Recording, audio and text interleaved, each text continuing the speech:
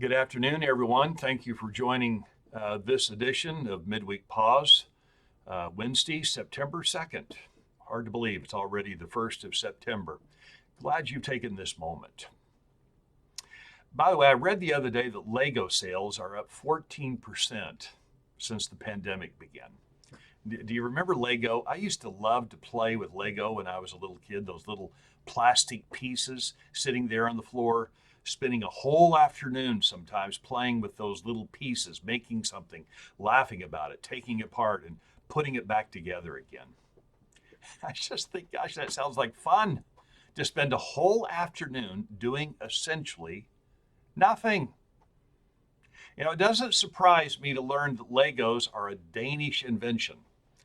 The Danish have this notion that fits well with a Lego mindset of life. The notion is called Niksen. And Niksen means to carve out time to do absolutely nothing. And most of we Americans aren't easy with this notion. And most of we American Christians aren't easy with this notion. And maybe that's why quiet spirituality is such a challenge for us. According to the Dutch, to take a Nik moment means to allow yourself to just be. No interrogating your thoughts, no worries about deadlines, bottom lines, being constructive, practical. You don't have to so much practice the art of doing nothing. You simply have to allow it to happen. Now, it has its benefits, according to a slew of studies on the subject, idleness and daydreaming that inevitably follow from Niksen moments. They make us better at problem solving and coming up with novel creative ideas. Not taking time can sometimes lead to something that's called decision fatigue, too much swirling around in our brains. It is boring to sit around and do nothing, I'll grant you that, but that's the point. It's an acquired skill. Now, I should know this. Last summer, I took a couple of weeks of vacation, and I want to confess that the first 3 days, I could not sit still. And Jenny jokingly said to me, Dan, it looks like you're planning the most productive vacation ever. I was at the computer, I was making travel plans, I was planning itineraries. It took me 3 full days before I finally felt my mind turn off and my body relax. We need to build a little bit of Niksen into our daily lives. I want you to think about it like a spiritual discipline. Frederick Buechner writes a strikingly elegant piece. It's called A Room Called Remembrance, the name of the book, but also the first chapter. And he says that in this room, we remember that most of the time, though we forget, we're never alone. God has been with us. But he says we resist going into that room because we are what he calls such escape artists. We fill the minutes of our lives with noise and distraction and things to do so that there is no quiet, unattended moment to stop and simply remember. Maybe it's that we can remember and we don't want to.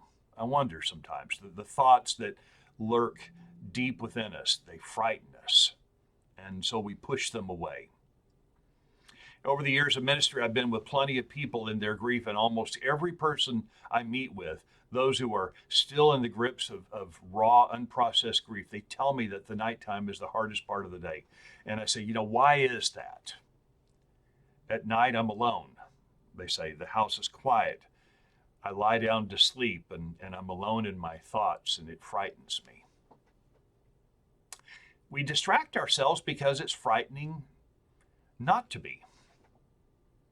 The art of doing nothing doesn't have to be dramatic. It can happen in little pieces, little snippets of time, sitting in a park, turning off the TV, riding in the car with the radio off. I went to check the mail last night, and I was greeted with a wonderful moment to do nothing. Clouds were rolling in, the wind was picking up, the sky was flashing in the northwest. I felt a few drops on my forehead. There was some rolling thunder, and I just stood there in the front yard and soaked in this holy invitation to do absolutely nothing. It's a habit we choose. Two of our beloved church members are spending the Labor Day weekend in Yellowstone. And I remember when they said where they were going to go, my mind went back to two wonderful summer vacations that Jenny and I spent there.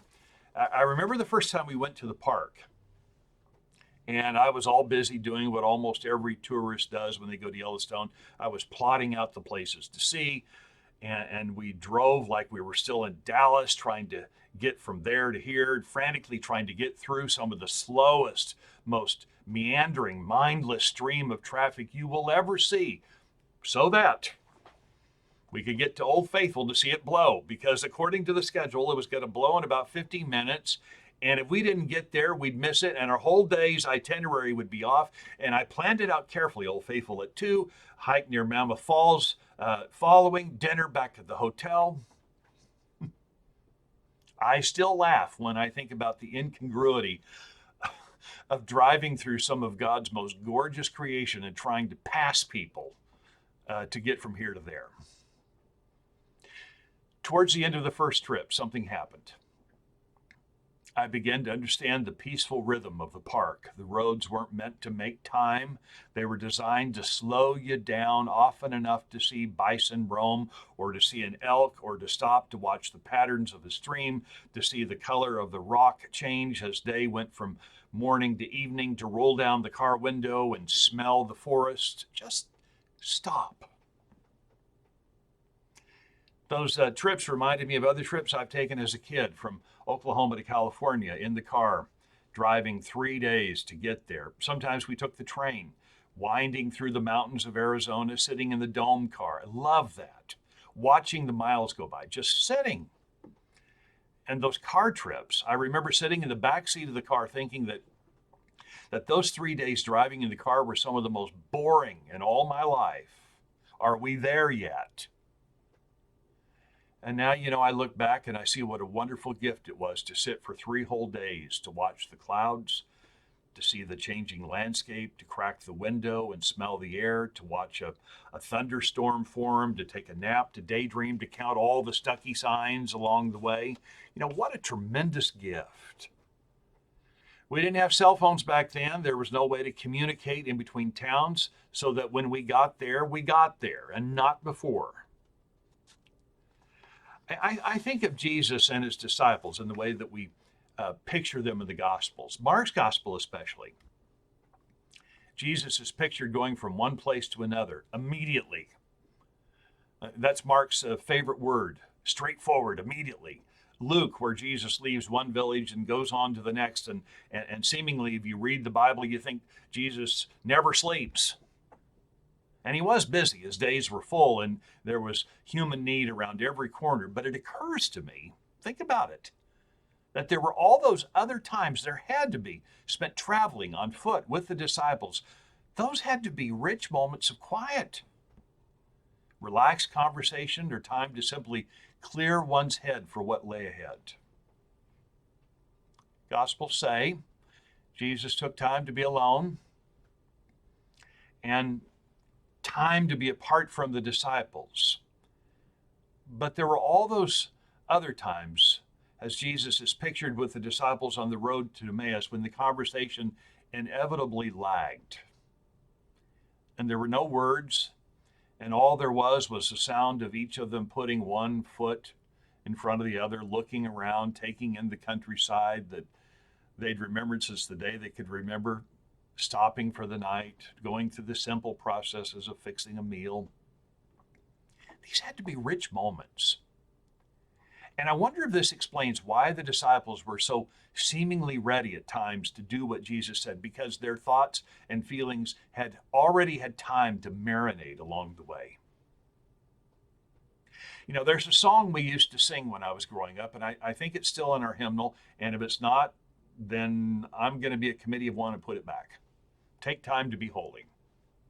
Take time to be holy. It's one of the few songs that I can sing by memory. Take time to be holy. The world rushes on. Spend time in secret with Jesus. And another verse starts out, take time to be holy. Be calm in your soul. You might think the song was written by some contemplative who liked to sit out in the field and count lilies. No, It was written by an accomplished businessman, W.D. Longstaff, who knew from the rushes of his world in the commercial business side of things that it was important to take time, give space for time to be with God. Some of my favorite times in worship are those moments when nothing happens. There's dead air, no words, no one is speaking, we're not singing. You know, I discussed this with a colleague once a few years ago. We were planning worship and we were giggling at how time conscious everyone is. And we wondered, you know, what would happen if we planned some quiet time into the service? If instead of doing something, we invited people to simply sit there with whatever thoughts they had. What would that look like? And, you know, we wondered the other thing, how long would this last? We started out with a goal of 1 minute. And afterwards we met and were shocked at how long 1 minute of doing nothing seemed. 1 minute. People fidgeted, some coughed, some looked at their phones, a few looked at the bulletins to see if maybe there was a gap in the order of service. Some got up. The experiment was telling. We are time-driven people. Places to go, things to do is built into our DNA almost. And so maybe it's going to take some practice. And maybe this Labor Day is a good time to practice. Instead of figuring out how you can use one extra day off from work to get done all those things that you've been putting off, maybe you could choose to turn the TV off, put the phone down, back away from the computer, quit writing a to-do list, simply sit and breathe. Watch the clouds go by, listen to the wind, take a nap. Into such a moment as this, God may speak most clearly to you. Will you pray with me? Gracious God, I pray for all of us who are gathered around your word and in your presence this hour. Help us to slow down, cleanse our minds, renew them if need be. Help us to sit down and to simply be in your presence. Help us to take time to be holy. There is so much business about the world around us, so many things that clamor for our attention, so many allegiances that require our time. Help us to do those things well, but then also help us to find a rhythm of grace and peace and quiet. We pray those things in the name of Christ. Amen. Thank you for being here on this midweek pause, and I hope the rest of your week as well.